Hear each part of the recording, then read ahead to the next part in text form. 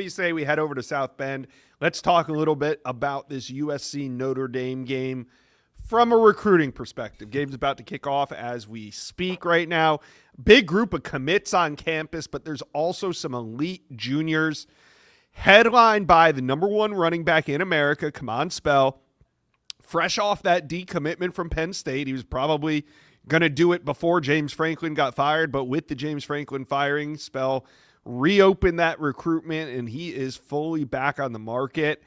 What do you make of his first visit coming off that decommitment to Notre Dame? Well, that's just timing. How could he have known James Franklin was going to get fired the week of the Notre Dame game? He was always visiting for the Notre Dame game. This visit didn't just pop up because Coach Franklin got fired. And if Coach Franklin was still the head coach at Penn State, he'd be committed to the Nittany Lions. Notre Dame was viewed as one of the biggest challengers, relationship with Coach Sider. Coach Freeman's been involved for a few months now. Notre Dame's got maybe the best running backs duo in college football. And so it's an exciting place to play that position for Coach Sider, Coach Freeman. They played in the title game last year. Their margin for error is very slim where they're at this season, but a big opportunity in a huge rivalry game against USC, a night game. The Golden Dome will be sparkling. Touchdown Jesus will be lit up. Notre Dame's a special place. Kamon Spell's getting a feel for that this weekend, and Notre Dame's in there. So is Ohio State. So is Georgia and several other programs, but Notre Dame's shooting its shot with Kamon Spell. Monshun Sales, the number 3 receiver in the country. He's been to Notre Dame twice now this fall, went to the Texas A&M game, went to the Blue Gold game. He's already made it back after visiting Michigan earlier today. They're trying to make a move on Alabama, Ohio State, LSU, Indiana, Miami, Texas A&M, some of the others in the mix there. The 5-star edge rusher David DJ Jacobs is a headliner at Notre Dame out of the Peach State. Georgia, Miami, Texas A&M, some of the other front runners, but he is a personality fit at Notre Dame.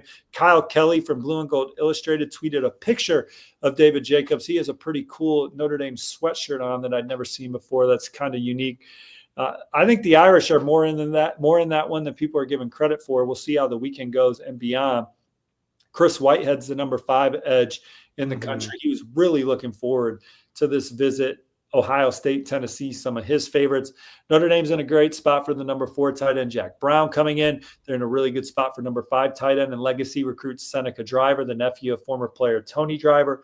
Rivals number 4 corner Xavier Hassan did not make it. He went to South Carolina today, but the number 5 cornerback DeVay Williams did make it. Notre Dame trying to make a move on USC and Nebraska there. I have an old Rivals prediction machine pick for Notre Dame for 4-star running back Amir Brown. He threw me a curveball and committed to North Carolina. He just decommitted from the Tar Heels. Sam Spiegelman has now logged a pick for the Irish, which makes me feel even better about my old pick for Notre Dame. Some other interesting names. Notre Dame's one of the favorites for 4-star tight end Jackson Dollar. They're one of the favorites for James Halter, who's a terrific 2027 offensive line recruit.